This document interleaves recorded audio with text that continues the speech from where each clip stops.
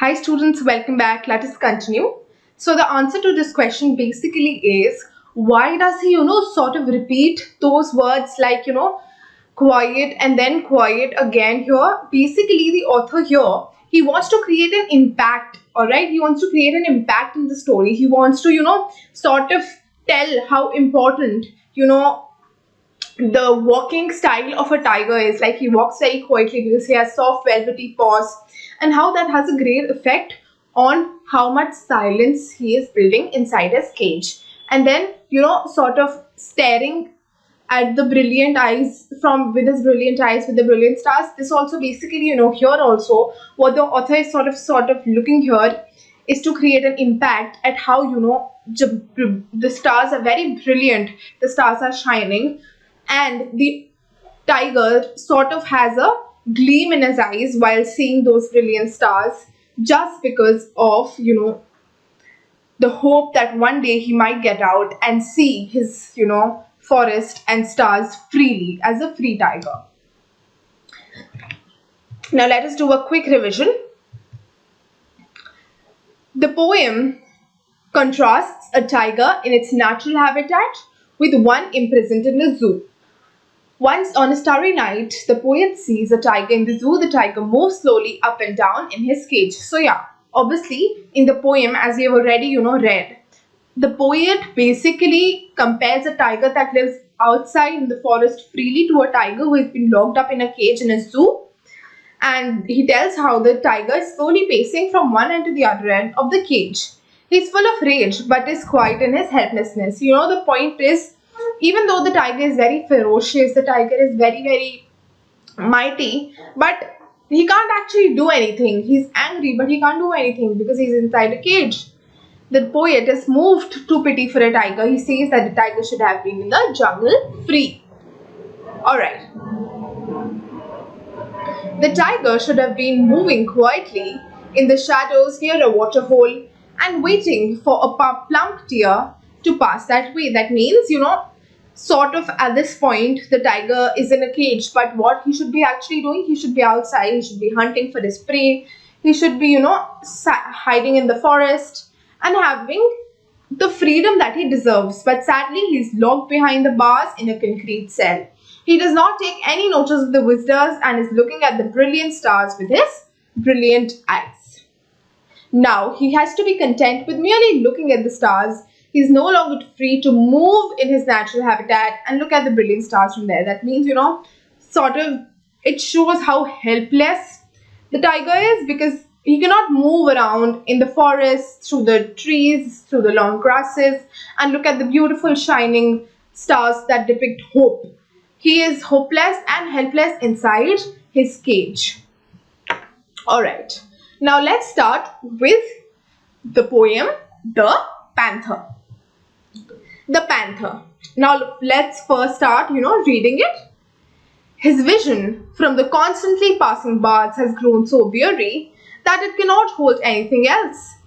It seems to him that there are 1,000 bars, and behind the bars there is no world. So you have to keep, from the first two lines, you can point out that, the vision of the panther is very blurry. The vision has grown weary. That means it's become old. And because he is, constantly behind the bars or in a concrete cage, he has aged and he's also developed some problems. And, now when he looks out, he can only see a lot of bars and he cannot see the real world that exists outside. So yeah, as he paces in the cramped circles over and over, basically here, they sort of talk about how, the panther is moving around in the cage in circles, alright? The movement of his powerful, soft strides is like a ritual dance around a center in which a mighty will stands paralyzed. So, usually in rituals, people move around, round and round. So it looks as if, the panther is doing some ritual dance around the center. But unfortunately, his willpower or, his ferocity and, all his might has been paralyzed. His will to get out is sort of just paralyzed because he knows that there is no hope for him now. Only at times the curtain of the pupils lifts quietly, an image enters in, rushes down through the tense, arrested muscles and plunges into the heart and is gone. So, the author here says that, only at some times does the panther have a clear vision. Clear vision at times, okay? An image enters in. That means, sort of he sees what is happening around in the world and everything, and he tries to, sort of pick it up. But then he again realizes where he is, where he's stuck. So it just that feeling also goes away. Who's the author? The author is Rainer Maria Rilke. Alright, now let's look at the explanation of this. The panther is constantly looking out of his solid barred cage, and his gaze has grown tired after being imprisoned for far too long. It seems that there are so many bars behind which it is held, and that there is no life behind these bars. Basically, the panther, he tries to look outside of the cage, but he's so tired, his vision is so blurry because he's imprisoned for so long that he can't see, the world outside. He can't see it functioning. I know he sort of just doesn't see any life outside for himself. Now let's know a little background of the poem. The poem is placed between several others that reflect and illuminate it by their similar subject matter. Preceding it is the two-part sequence titled Der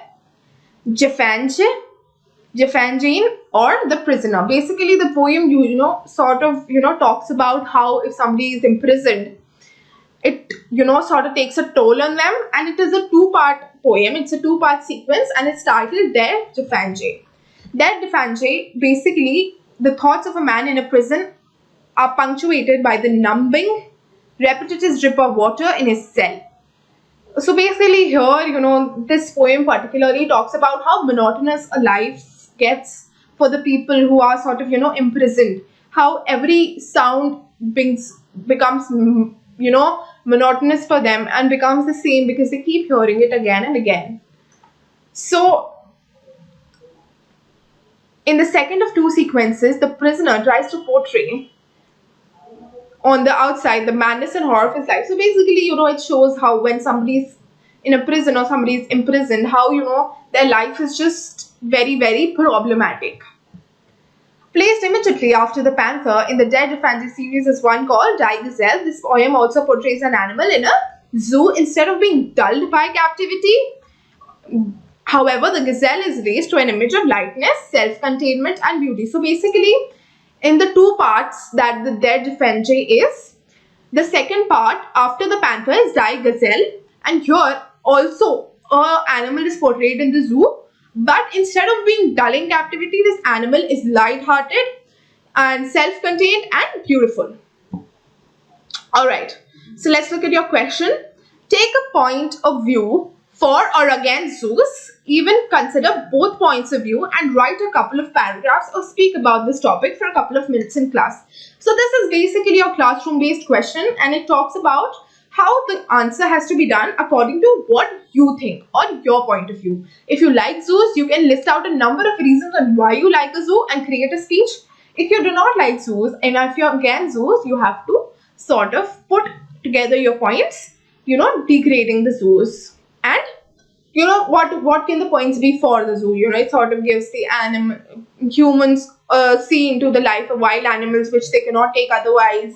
The animals are well cared for until the last of their lives. Then what can be the negatives? The freedom is taken away. We don't have the consent of the animal to put into cage. So in this way, you can create your own answer. Now let's look at a quick revision. The panther depicts a panther being imprisoned in a cage and being unable to move freely as it should. So basically, the panther talks about how, a panther is in a cage and is not able to move as freely as he should. The poet says in the beginning of the poem that despite the panther's strength, that it has been locked in a cage and is denied freedom. So the poet basically here says that, no matter how mighty or fierce the panther is, his strength is reduced to zero because, he is in a cage. He is not free. The poet is talking about the need for freedom and how the panther would love to be in its natural habitat. Because his vision is blurred, He circles in the cage and eventually wishes he could be released for at least one day to enjoy himself in his natural habitat. So basically, the poet talks about how, the panther would love to be free, if only for one day, and to enjoy his life and to enjoy his natural habitat.